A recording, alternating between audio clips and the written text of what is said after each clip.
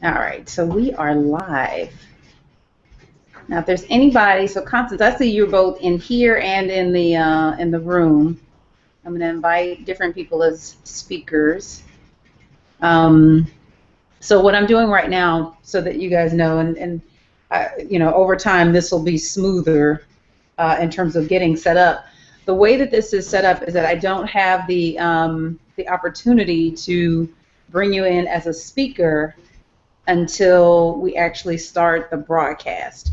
So as much as I can, I try to erase that part, clip it when it is, uh, you know, once I finish, once I go back and look at the broadcast. So let's try. And I think what happens is that when I click to invite you as a speaker, there's a button that appears that says take me to join Hangout is what it says, because I've done this before. Hey JJ, Hello. it says join Hangout. Okay, I see Marvin. And of course you guys are welcome to stay in the chat room if you want to stay in the chat room. But you're here, and I want to give you the option to be in the live Hangout. Hey Marvin. Hey everybody. All right. Very good. So that should give rid of some of that delay, because there's a delay if you're watching, like a 30-second delay if you're watching it from the chat room. Okay, great. All right. So yeah, Ray, if you can be on top of the mute button for me, I appreciate that. All right. So it looks like all right. So I think I got everybody. If anybody else comes, I will invite them. If you are in the chat room and you want to join the conversation, you simply raise your hand to ask a question, and I can see that there is a request, and then I can bring you into the conversation. So Deidre, Alita, Rashi, I think Yvonne and JJ are in. If you guys want to come into the live conversation, meaning be a part of the film strip at the bottom, if you just raise your hand, and then I can invite you in as a live speaker. So just let me know, and I will definitely do that. Okay, all right, so we're going to get started, and this part that you just see, and it's on the recording now, but it'll be removed from the recording once I edit it after we're finished. Okay. All right. Good evening, everybody, and welcome to Reverend Sherri's Metaphysical Bible Hangout.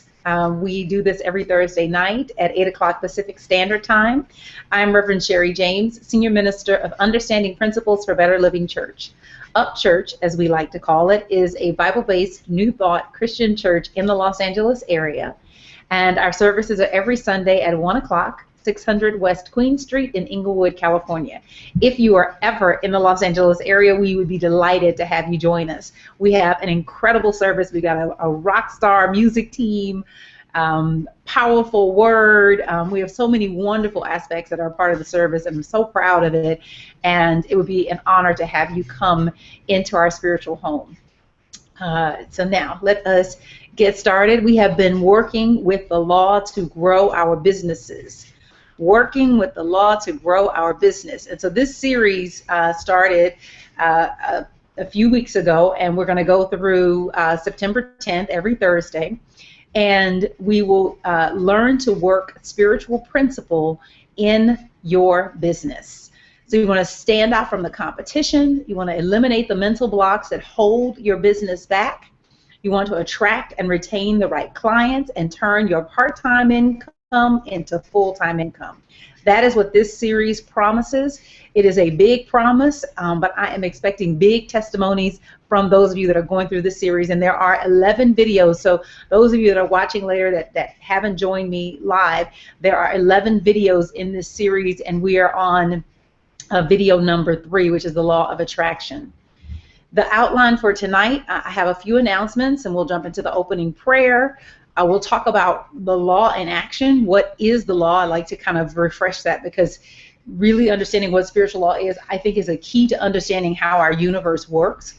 We'll look at some real-world examples of applying the law, and then we'll look at what is the law of attraction. We'll talk about the key to the law of attraction and the two phases of the law of attraction. And we will then go into how to work the law of attraction, which is an interest plus attention plus expectation. And then the last 10 minutes we'll have Q&A. So the book that we're using is called Working with the Law, and I always do a companion piece on the blog. So you are able to follow along with us if you just follow along right at revsherri.com. Some people are visual learners, some people are audio, is it audio learners? No, oral. Well, they learn by hearing. And some people like to read it. And so I usually write a portion of what I cover on Thursday nights in the blog piece. And so today's blog post focuses on those three parts of the law of attraction: interest plus attention plus expectation. My teleseminar, so I am very close to setting a date. It will debut later this month. I will likely have to take a break for Panorama of Truth, and then we'll resume once I get back from Jamaica. And I just encourage you to be a part of my newsletter because that'll keep you in the loop for this incredible class that I have planned. So we're on a new platform. Those of you that came in early, you know I've been explaining like how this whole thing works. We're working with Webinar Jam for the next 30 days. And here's what this really means. What it means is that when I send out an invitation for the Bible Hangout, I normally post it on Google+. But what ends up happening with the Webinar Jam is that it doesn't set it up as a Hangout that's upcoming on Google+. So then the only way to know that it's upcoming is to be on my newsletter so that you can get the link to register. And then I think that it has there's a function in there. I said yes to it, so hopefully it works, where you actually get notified of any kind of webinar, because I have a whole other like group of webinars that I do that are unrelated to, well, they're Bible related, but they're unrelated they're not the Thursday night Bible Hangout that you're welcome to take, that are free. And those, when you auto-subscribe, and you can unsubscribe at any time, when you auto-subscribe to my webinar, then you get notifications of every webinar that I set up. So as soon as it's set up, you get a notification. And so it's, you know, I guess that's a little bit of a trade-off, is that you automatically know. But that convenient little notification via Google+, I no longer have that option. The best that I can do is when I open the Bible Hangout Green Room, I can invite those of you that are in my Metaphysical Bible circle, because I add people into the circle and it'll send out an invitation that way. The scripture for this 11-part series, I have two. Proverbs 23:7, as a man thinks in his heart, so is he. And Romans 13:10, love does no wrong to a neighbor, therefore love is the fulfilling of the law. What we are working on in this process of working the law to grow our business is that we are changing our heart as far as our business is concerned. And so we are shifting the dominant thought pattern in our hearts so that we can increase our customer base, that we can stand out from the competition, and we can turn that part-time business income into a full-time income. And love is the fulfilling of the law. So everything that you are learning is teaching you how to love your business, because love is the fulfillment of the law. So when you say, I love my business, then these are the actions that you must do that are part of proving to the universe that you truly love your business. It's kind of like being in a relationship with someone and saying, I love you, but there's nothing that you do that demonstrates that love. That love has action behind it. And so everything that we are learning in this process is teaching us how to love our businesses. Right where you are, if you would just relax for a minute. We do everything in prayer. This process is spirit directed, always. Father, Mother God, we give thanks and praise for everything that you have given us. Thank you for the resources that you've given us to run our businesses. Thank you for the team members that help us. Thank you for the examples in the real world that inspire us. Thank you for everything that comes into our experience that helps us to be better owners. Let tonight's lesson really open up a new chapter and a new dimension in us so that we are truly able to be the God-directed business owners that you have designed us to be. I put this class in your hands, God, and I ask that you be my words, be my thoughts, be my feelings. Speak through me so that I reach the people that you need me to reach. In the name and nature of Jesus the Christ, I affirm that it is so, and so it is. And amen. All right, I think we got some new folk in. Let me check and see if there's anybody who wants to join. Okay. Got a couple things there.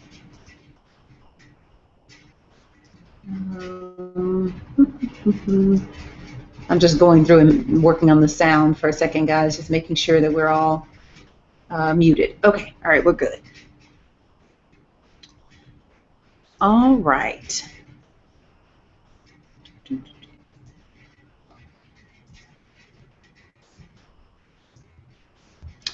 So what is the law? The law in action. I say this every week, but I want to drive it home. The law is a term to talk about how we experience God in the universe or in our lives. So the law is God working in our lives. It's just a term. It does not make God cold or unfeeling or anything like that.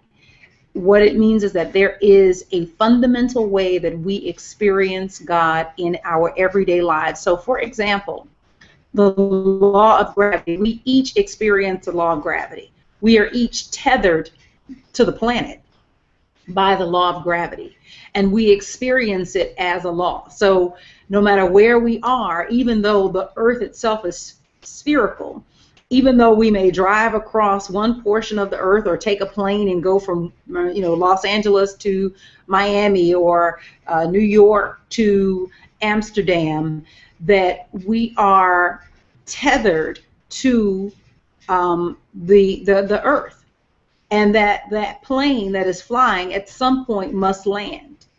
And though it makes use of the law of aerodynamics in order to fly in the air, right? Because that's also working according to a law.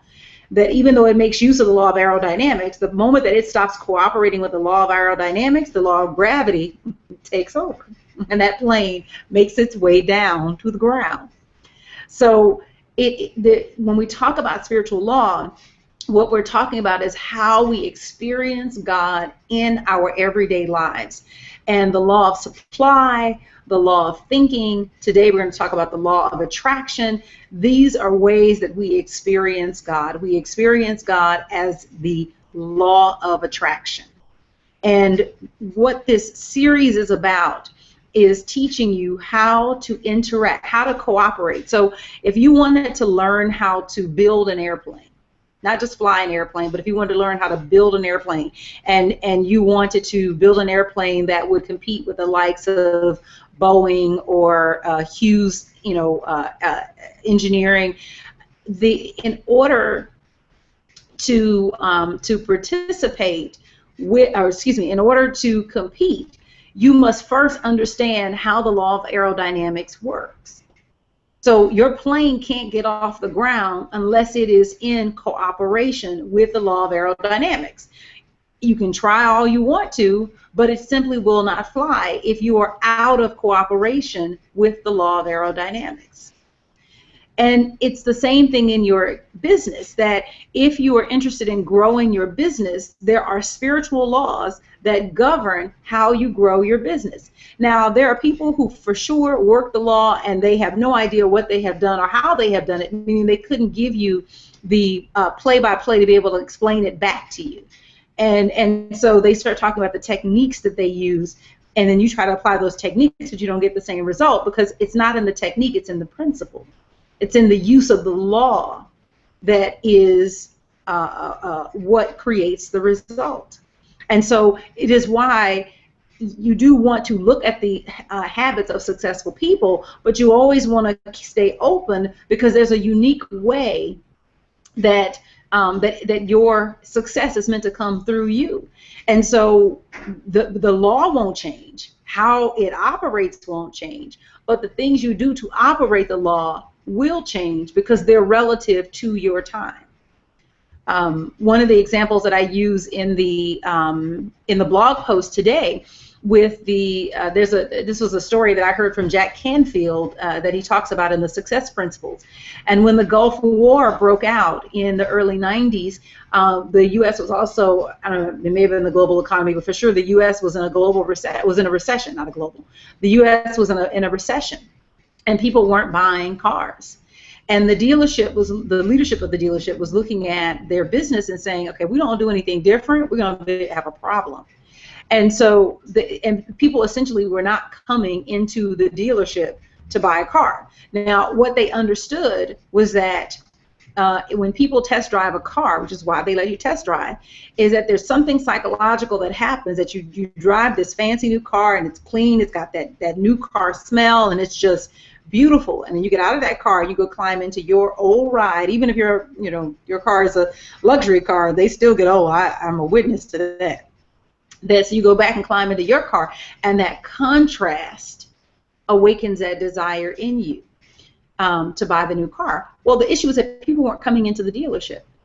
So, in normal times, the technique was buy an ad in the newspaper or place an ad on the radio, and that was enough to bring the people in. But once the Gulf War broke out and the country was in a recession, people were not coming into the dealership. And so they tried different things to, get customers to come into the dealership. And finally, they just figured, let me just go where the customers are. And they started driving out to the places where rich people hang out. And they went to the Polo Grounds. They went to the fancy parties in Beverly Hills and in Westlake Village and other ritzy areas. And they started giving people free test drives out there. So they take a fleet of cars and go out there and give them test drives. Well, lo and behold, the same psychology works, that once you try out something new, and then you go back to your version of it, which is older always because cars age, and a high percentage of those people bought cars, and in fact they ended up selling more cars during a so-called recession than they did before the war broke out. So the participation of the law is not about the technique. The technique is one thing, but it is participating with the law. And we're going to talk about how that dealership and other ways that other people have used the law in order to create in their experience.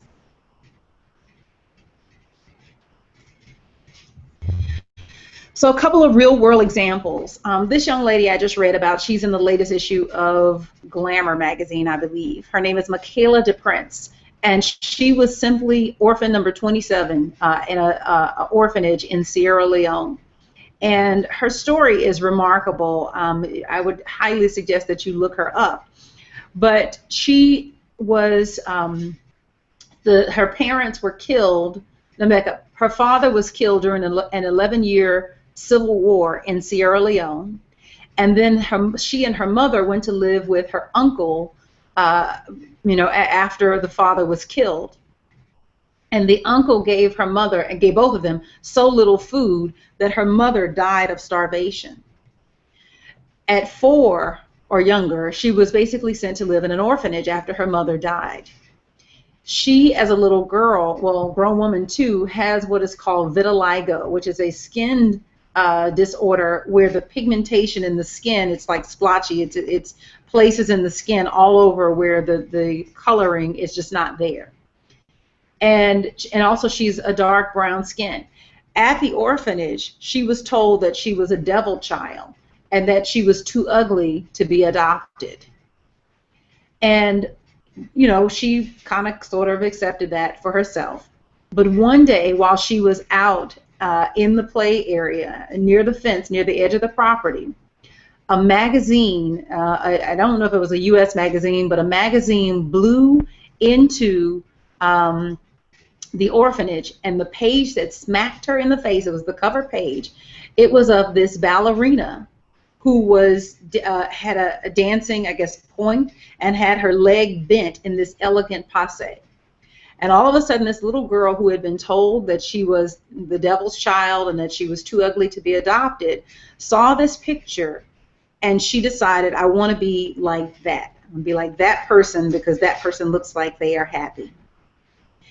And she held on to that, and she just believed that what happened that day when that magazine blew into the orphanage that day, that it was a representation that something good was going to happen for her. And so what she does, what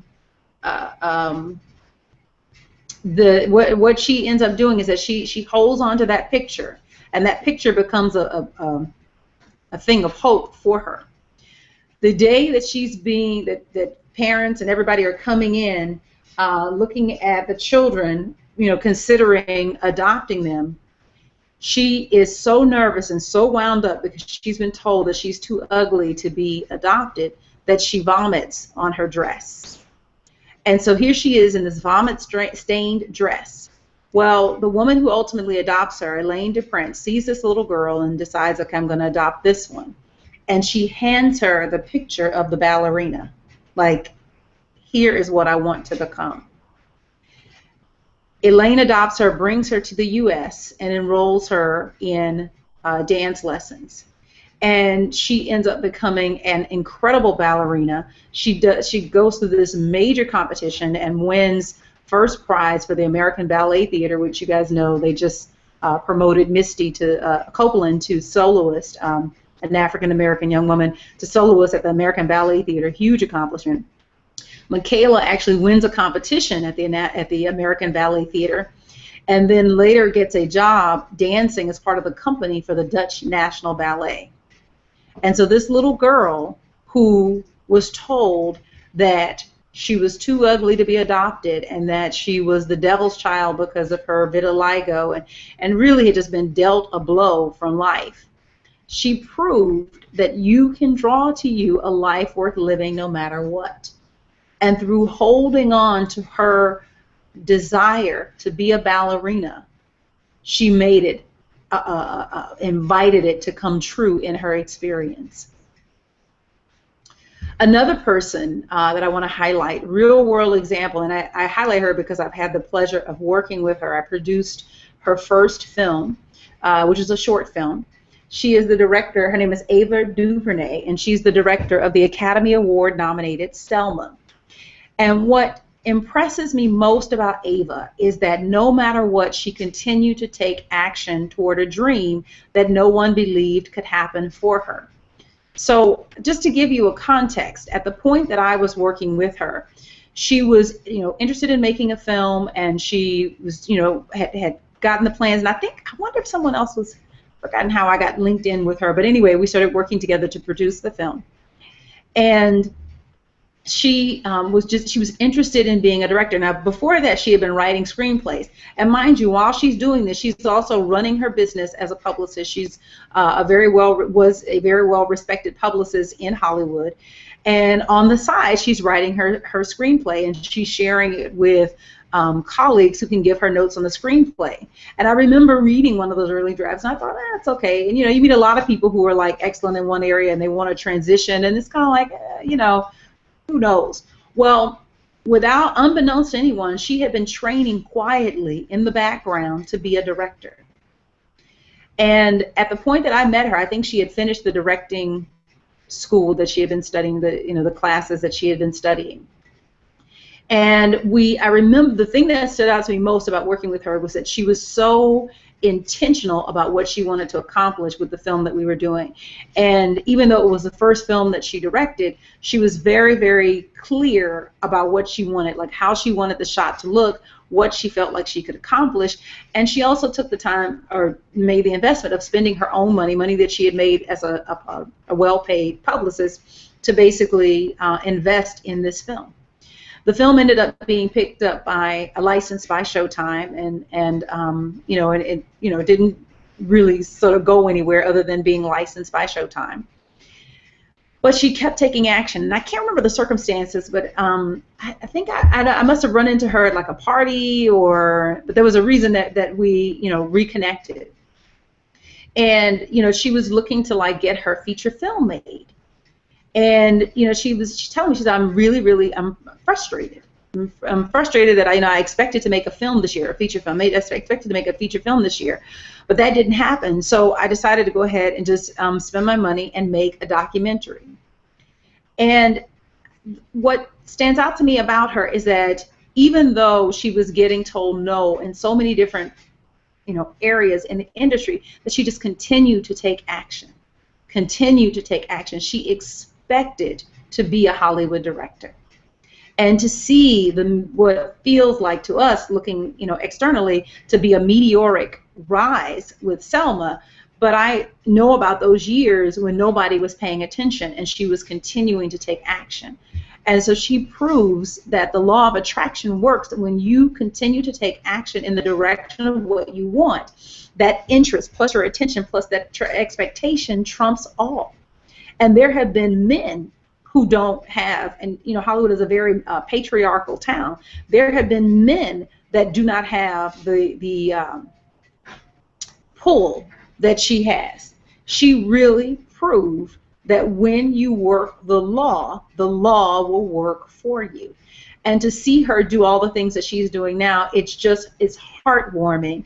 But she is absolutely evidence of the law in action. So what is the law of attraction?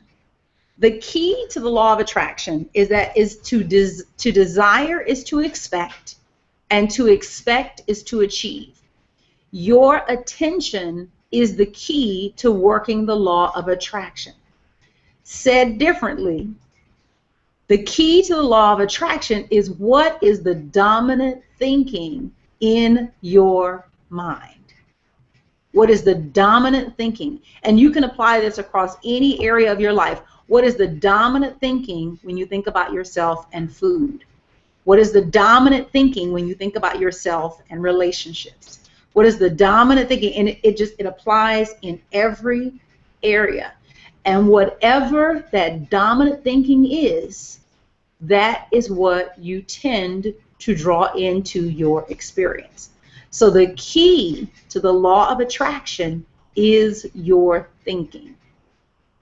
Your thinking is the determining factor. And it isn't just a single thought that you have to think. It is the collection of thoughts together that then draw to you what you want to experience, or sometimes what you don't want to experience in your life. So there are two phases of the law of attraction. The first phase is desire. And desire calls forth what you want. Desire is what gets the magnet going. So let's say it's a material thing that you want to attract. You want to attract a new car. So just your desire, as long as that desire is unbroken, that unbroken desire literally begins to draw it to you. It starts the conveyor belt running from the invisible into the visible with your stuff on the conveyor belt coming into expression. The second phase of the law of attraction is expectation. What expectation does is it determines the final form. So desire brings it into expression, right? It starts the movement out of the invisible into the visible to you. But it is expectation that determines what the final form is.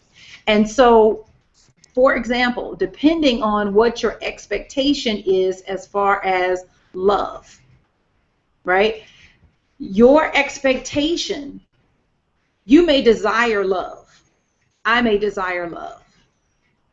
But what you and I expect will be different. And it will determine what the final form is in our experience and if it shows up at all. So many times people desire things that they do not expect, and they expect things that they do not desire. You want love, but you don't expect love. And so love has no, it's showing up, but it's showing up as the nothingness of your expectation. You want love, but you expect to be ignored. I'm going to speak as if I'm speaking to women, but you don't believe or expect that a man will be attracted to you. You want customers for your business, but you don't expect anybody to want to buy from you. And the way that the thing that you want shows up in your experience, the form of it is determined by the level of your expectation. So the two phases of the law of attraction is to want it, but to follow it up with with expectation. And you want to expect at the level of whatever it is that you want. So to say, well, I want more money. Then you've got to, but you get specific. I want $1 million. Then you've got to set up your life so that your expectation matches the desire for $1 million. I want enough customers, enough business that I could walk away from my business for a year and it can still, keep running because there's enough income coming in from the customers. Then you've got to set up your expectation to match what you're asking for. And we'll talk about how you do that. But the two phases are desire plus expectation. And let me know if there are any questions on that. I will be happy to answer. I'll be happy to answer any questions on that. Continuous expectation is necessary to bring it into a reality in your life. Continuous expectation is necessary to bring it into a reality in your life. Never expect a thing you do not want, and never desire a thing you do not expect. Often we do not want something bad to happen to us, but we expect something bad to happen to us. So we do not want to get a ticket, but we expect to get a ticket. We expect to be mistreated. We expect to not get the raise that it may be due to us. We expect not to be able to reach our customers and communicate with them and move them into a place where they would potentially buy from us. We expect that. And so even though we desire these other things, the way that it shows up in our experience is based on our level of expectation. And the only way to change it, you're not wrong to desire it, because a lot of times what happens is people try to kill out the desire. Like, you want to just get rid of the desire because you can't figure out how to work out the expectation. And it's like, no, figure out how to work out the expectation, because it's the expectation that's causing it to show up as what you do not want. You get a bill that is more than, say, the resources that your company has right now to pay for. And so you desire to pay it off, but you expect not to have the money to take care of it.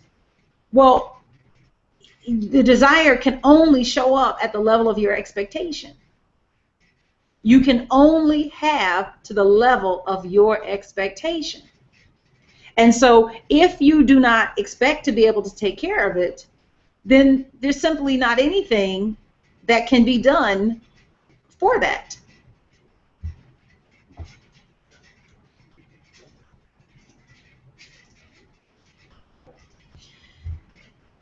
So the law of attraction in action is essentially interest plus attention plus expectation. Now, the law has two phases, desire and expectation. Desire has two components.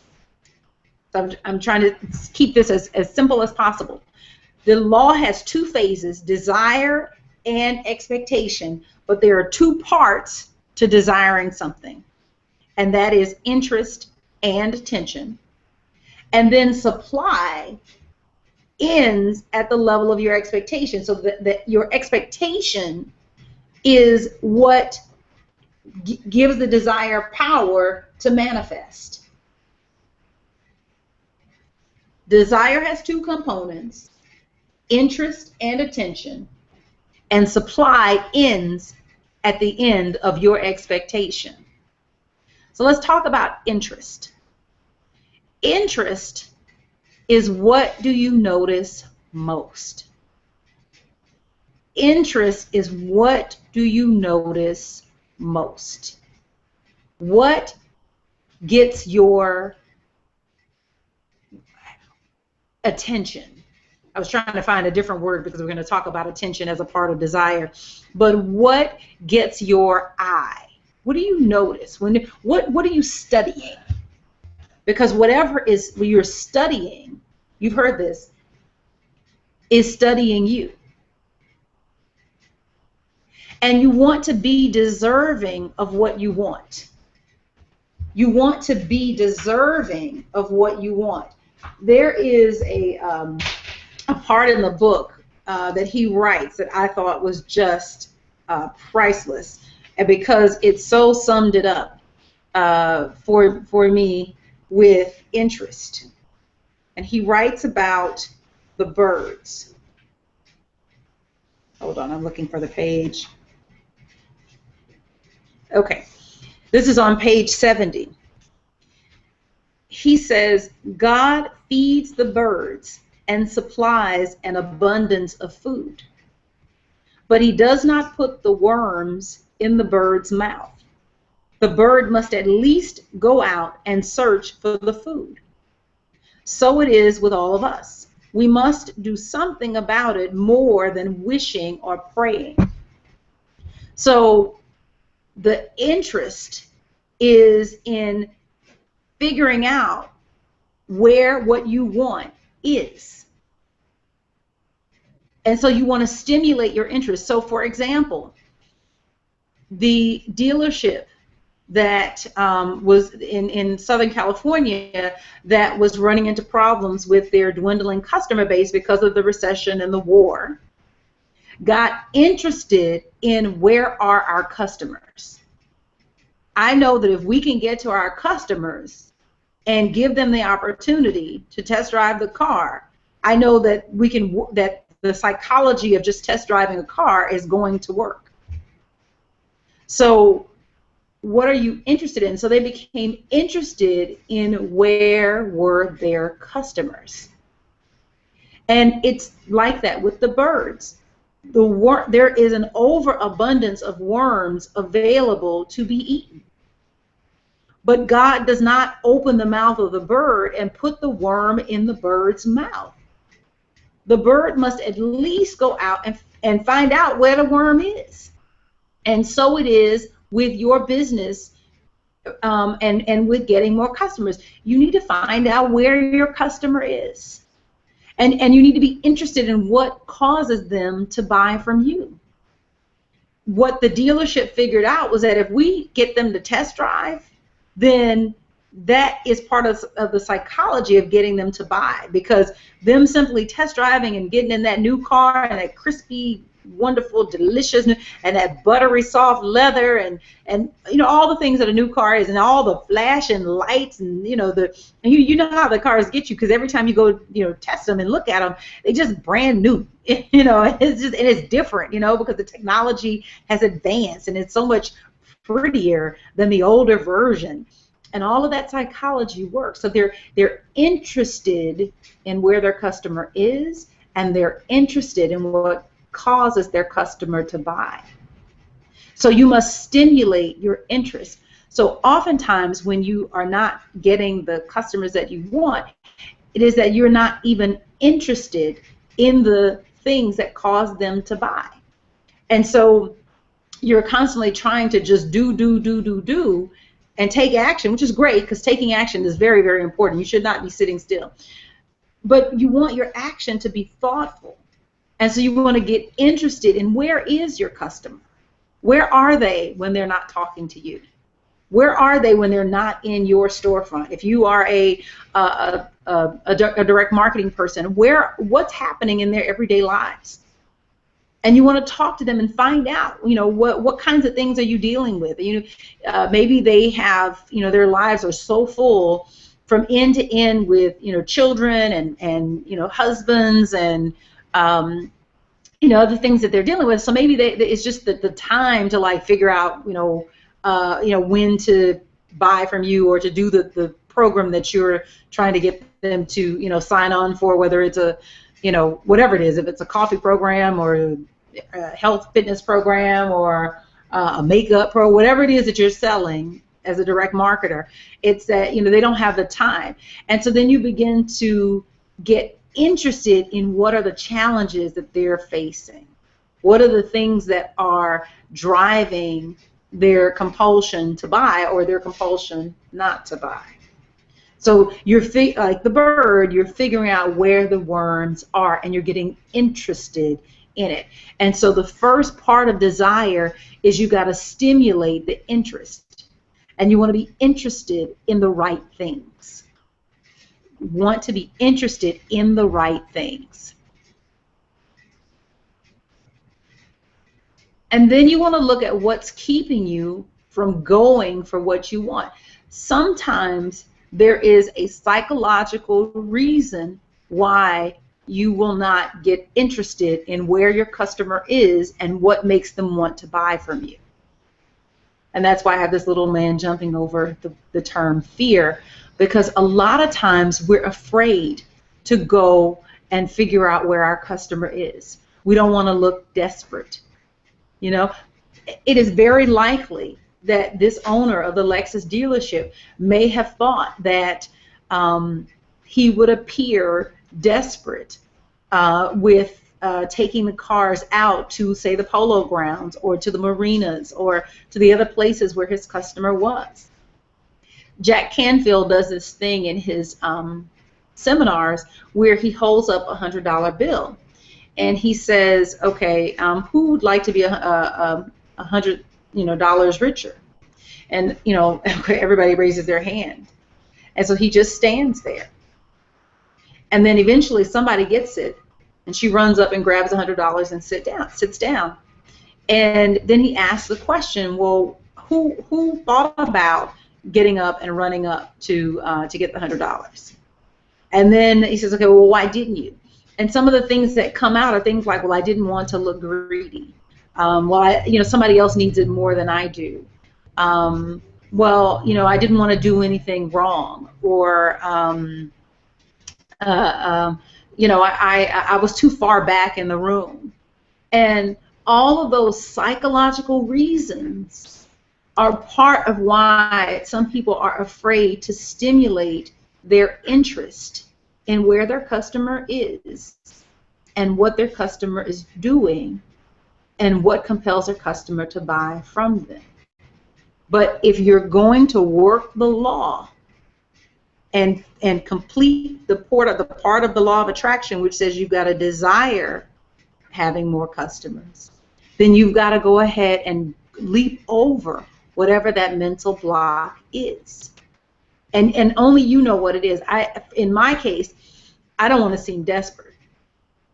I would have wanted the $100, but I wouldn't have wanted to get up and run up to the room to seem desperate, because that's just tacky. The last thing I want to be is tacky. I pride myself on not being tacky. I'm sure there's probably some tacky stuff that I do that I don't know about, but I don't want to be just just gross. You've seen that person, and so you don't want people to see you hustle, and so you don't hustle. And it's like you've got to stimulate your interest. There's no kind of two ways about this. This is part of what desire is. And so you're busy making decisions based on what you think other people are thinking about you. And that's a whole other lesson about how much people are not thinking about you. But part of desire is interest. And you stimulate your interest. And in this class, we're talking about desire for more customers. You stimulate your interest by getting interested in where your customer is and getting interested in what compels them to buy from you. How can you reach them? How can you give them a taste of what it is that you do or that you're selling, so that a percentage of them will buy from you.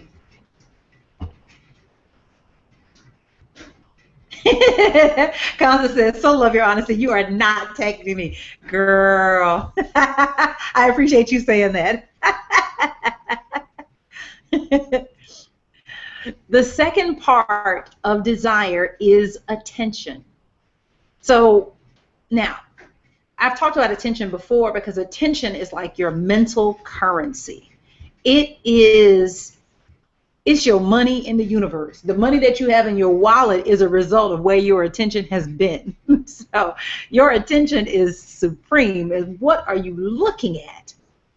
And most times what happens is that we have the wrong interests that dominate our day.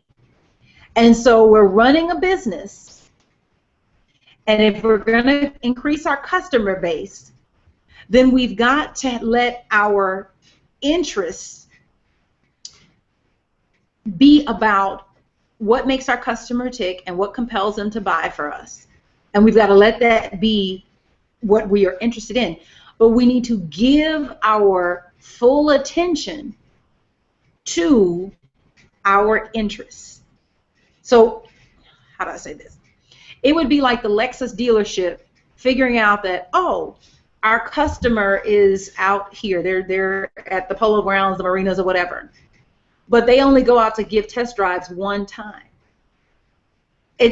Once you figure out where your traffic flow is going to come from and how you're going to give your customers the opportunity to come to you, then you want to do that over and over and over again. You want to continue to create opportunities for them to buy from you. So a lot of times we may have the right interests, but the right interests don't have our attention. We know what to do, but the part that we know to do only takes up about 10% of the 100% of our work time. So desire has two components: is that you're interested in the right things, and that you're giving your full attention to the right things. I hope that's making sense, and ask me a question if it's not, so that I can respond. But you are giving your attention to the right things. And this is what Hollowell writes: as we direct our attention to the right interests, we magnetize our power of attraction to draw to us what we really want. And what ends up happening is that when you withdraw your attention from that which you do not want, it loses its power. As we direct our attention to the right interests, and the right interests are, where's my customer and what compels them to buy from me? That's the right interest. And we make that the dominant thing that we give our attention to during the day, we magnetize ourselves. It's not rocket science. So you want the right interests to dominate your day. And then what helps you hit your target? Expectation. Expectation makes it all come together. This is what Ava really mastered. And I loved it because I got a chance to see it up close and personal, and I also got a chance to see it from a distance, watching what's happening with her now with Selma, and she's got a new movie that she's working on right now on the Hurricane Katrina, and she's really emerging as an important voice as far as storytelling is concerned. On page 77, Hollowell writes, I'm reading from Working with the Law. He writes, when the widow came to Elisha and asked his help to meet a problem of finance that meant the freedom or slavery of her two sons who were to be held for her husband's debt, Elisha promptly asked her what she had that could be converted into money. She had nothing more than a pot of oil, but that was something. So Elisha told the widow to collect other vessels from her friends and go into her home and there pour out what oil she had. She poured the oil until all the borrowed vessels were filled, and when she had filled the last one, the oil stayed. There was not a drop left over. They followed the routine of our lesson, and as she reached the last vessel and the end of her expectation, she found the supply shut off. Your supply goes or ends at the end of your expectation. Her filling that last jar represented the end of her expectation of what it was that she was going to get. So some of just bringing what you want forward is to continue to get up at bat, to continue to get up at bat and take a swing for whatever it is that you want. And it is your expectation. Many people, when the thing that they want comes through in a form that is less than what they want, right? Because expectation is something that you develop. So your expectation is not, say, fully developed and you want love, but you get flirtation, right? You want a relationship, but all you can get is, someone is flirting with you in a bar. And so you, instead of saying that, okay, hey, I can have what I want, you get frustrated and say, you know what, there are no good men out here anyway. And it's like, no. It came at the level of your expectation. So you've got to continue to give yourself some at-bats. Continue to give yourself an opportunity for what you want to finally come through in a form that satisfies. You want to reject disappointments and reject rejection.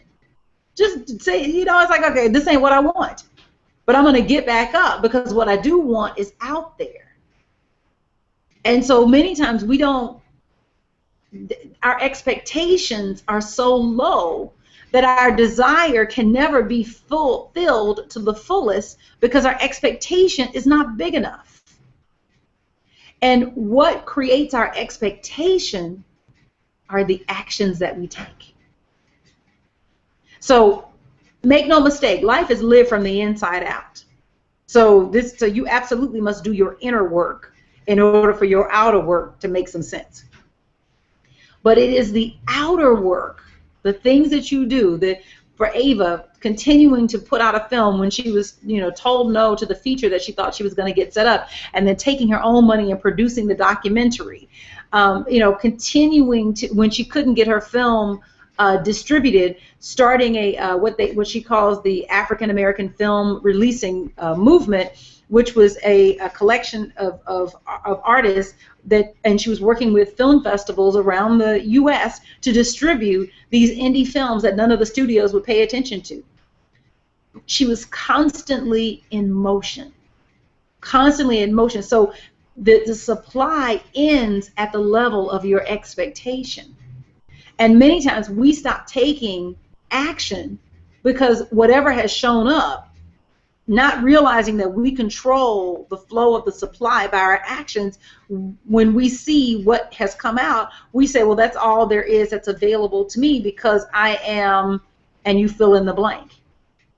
She easily could have told the same story to herself that other African American women directors were telling about being able to have opportunity in this industry. But the expectation is what controls the supply. And you demonstrate expectation by the action that you take. Do you expect to be a multinational company? Do your actions demonstrate it? Do you expect to be if let's say you're a writer, do you expect to be a best-selling author? Because if you do your actions demonstrate it? Your actions demonstrate what you expect. And so sometimes we're so in a funk, in an emotional rut, that we don't take any action because our dreams feel so far away that it's too hard for us to take action and too emotionally draining for us to take action. But what we're doing in those moments when we're not taking action, when we're staying in bed when we really should get out of bed, when we are not going to the gym when we really should just go to the gym, when we are eating things that we know are not good for our bodies, when we are, giving our attention completely to product development and none of it to selling the product, right? What we're doing is that this is our expectation. We don't expect it to work out. Your actions must demonstrate your level of expectation. And so the widow gathers vessels to the level of her expectation. Had she gathered more vessels, those vessels too would have been filled. Had she gathered more vessels, those vessels too would have been filled. And it's the same in your own experience, that the vessels that you have gathered for your talent, for your gift, for your company, for whatever your product or service is, that the supply will pour to the degree that you have gathered an extensive amount of vessels. Sometimes some of us would just gather one vessel. And then we say, you know what, there's not enough. I was only able to bring in a little bit. You get what you expect. So key. So very important. Very, very important to really grasp that. Marvin says, faith without works is dead. Yes, baby. If faith without works is dead. Yes, your expectation proves your level of faith. The actions that you take. I have faith, speaking for myself, I have faith that I will be an international speaker. And so my efforts, what I do in my work, needs to prove it. It doesn't just happen. It happens just. It happens according to spiritual law. So just to review the law of attraction, so it is interest plus attention plus expectation. And so for interest is paying special attention to some object or thing, specifically where your customer is and what compels them to buy from you. That's what you want to get interested in. And then the attention, this is the other part of desire. To have a high interest is not enough. You must inject this interest into your daily labors. What has your attention for the majority of the day? Because whatever that is what you truly are desiring. It may not be what you want, but it's what you're desiring because it has the bulk of your attention. And then expectation. Expectation is an active form of attention. So you are taking action. It is attention with intensity. So you want to be a major book writer. Do your expectations demonstrate what you say you want? Do your expectations demonstrate what you say you want? And so this is my call to action for you this week. I want you to stimulate your interest in what you truly want. If you want more customers, where are they? Get interested in where they are and get interested in what compels them to buy from you. Figure out, when you purchase this Herbalife, pack from me, what was happening with you right then? Because whatever compelled them to buy is what will compel somebody else to buy. And then let everything you do, and give your day to it. And maybe you're still working a full-time job while you're running your business on the side. So even if you say, an hour in the evening, I'm going to work on this, or my lunch break, I'm going to do this. But you have dedicated time where you are giving your attention to the right interest, and it's a non-negotiable for you. So my lunch break period is given to me figuring out where my customer is and what compels them to buy, and then inviting my customer to buy. And then number 2, let everything you do prove to you that you expect to have what you want.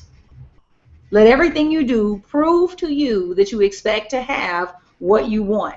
So let your actions back it up. I don't just want this and I'm not doing anything about it. I want it, and I'm acting like it's going to be mine. You know, the expectation that you want to get to a level of expectation where it is a sense of conviction. You can reach a point of conviction where this is mine, and I'm going to have it, and there is it's almost an honoriness about you. It's that this is you're beyond convinced, and you know what I'm talking about, where you just know that this is right for you to have, and you know, and it is, and you won't have it any other way. And so you want to get to that place, and I believe that you get to that place through prayer, that you can reach that level of conviction through working with the Spirit to burn off all of that doubt, to burn off all of that fear, to burn off all of that whatever is standing in the way, so that you can get to that place of conviction.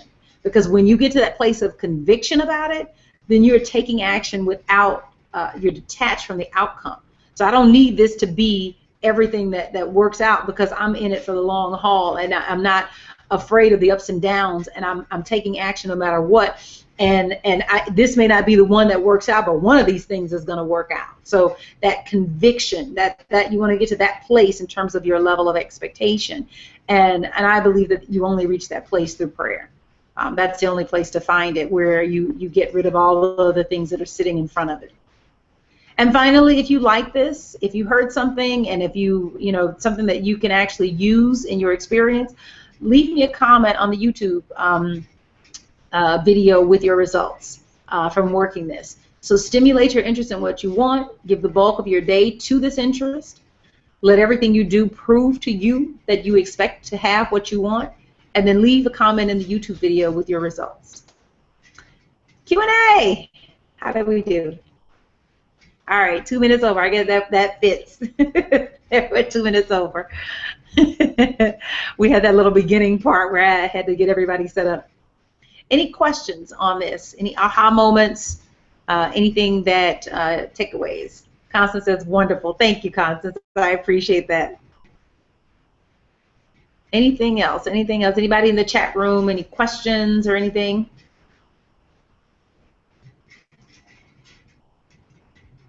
So I'm trusting that this platform looks like we did okay tonight. None of the starts and stops. You guys had video the whole time and audio the whole time. So it's so key with these little webinar things. Wonderful. Thank you so much for tonight. I hope this gives you a new perspective on the law of attraction, and takes it out of that kind of hoodoo voodoo, like, you know, you just need to just want it. No, you need to get up and do something about it if you really want it. JJ says, very useful info. Thank you, JJ. Thank you. It's wanting plus action, wanting plus action, wanting plus action, and then giving the bulk of your attention. So I hope those, breaking it down this way, made it clear for you. Thank you so much for tonight. Next week, we will be talking about, oh, this is a good one, the law of receiving. This is where a lot of us have trouble. We're willing to give, but we got real problems receiving. And we put that aside. You know, we think that somehow it's better to give than to receive, and it's like they two sides of the same coin. You need to be able to do both well. Thank you so much for tonight. I release you in the love and the light of the Christ, and I affirm that the light of God surrounds us, the love of God enfolds us, the power of God protects us, and the presence of God watches over us. Wherever we are, God is, and so it is. Have an absolutely beautiful week, and I will see you next Thursday. Take care.